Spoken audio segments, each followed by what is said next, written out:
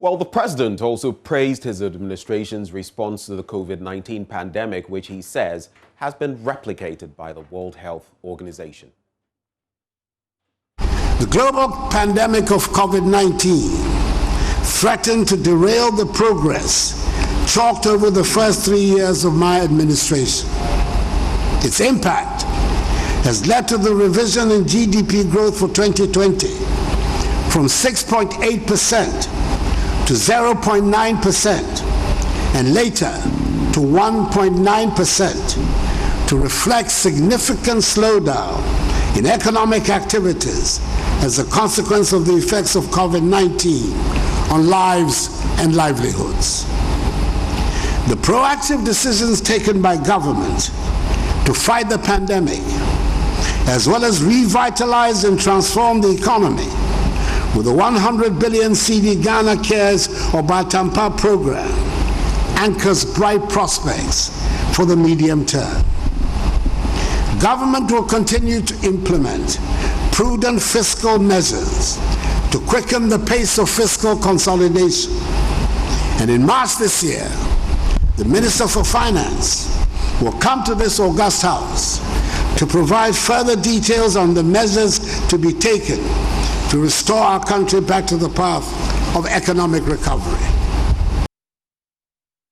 Meanwhile, members of parliament have been reacting to the president's address.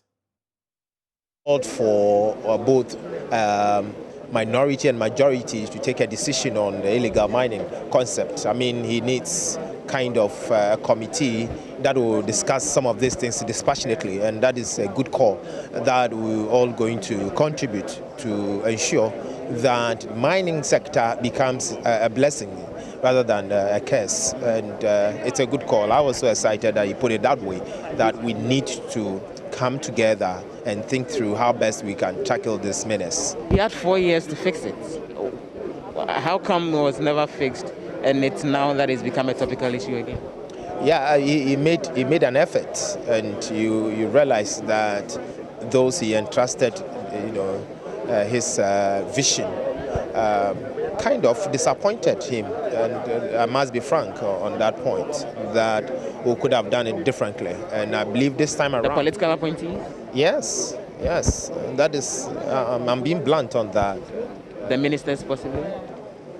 I mean, the interministerial committee didn't do a good job as far as the whole fighting of Galamsey is concerned.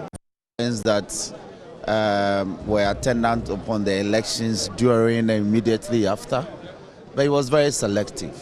He even failed to mention the persons who died, as a result of the violence. And it's very important because I know him to be a president who take very serious interest in life lost, whether here or elsewhere.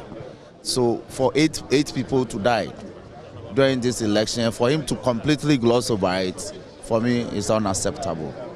Now, he spoke about the state of the economy. He failed to churn out the figures, but he's aware how things are.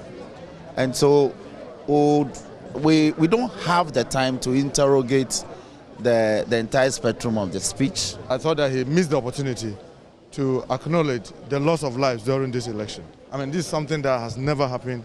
I mean, I can't remember the last election that we had people losing their lives in these numbers. And I thought that as the president of the country, should have taken the opportunity to acknowledge that. And that was a dent on our democracy, regardless of the circumstances. I mean, to get people shooting at Collation Center and people losing their lives. But he missed that opportunity. And I also thought that he was being choosy, in my view. I mean, when you want to talk about the economy, you remember to go and take 4 years ago his State of the Nation. He was emphatic about the mounting debt that has been left him.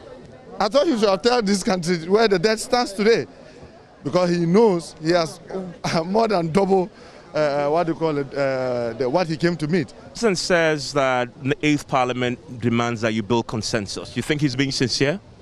He is compelled to. That is not his wish. It's what the Ghanaian people impose on him, and he must respect it. He didn't win Parliament, nothing more. He should respect the principle and notion and practical operation of the doctrine of separation of powers. He's an executive president. He lost Parliament. He lost it. He's just forcing to add Chima and to add Sepsi, as you saw, and it's disappointing. Then cost of living and quality of life is deteriorating in Ghana. Read the Statistical Service and the UNDP report in Ghana, and he talks about Ghana exporting food. A bag of maize, as I heard from my mother for the first time, is now selling for more than 200 Ghana cedis in Tamale. That has never ever happened. A bag of corn. I use ordinary people to measure it, and then he prides himself with 1D, 1F. 1D, 1F not equitably distributed.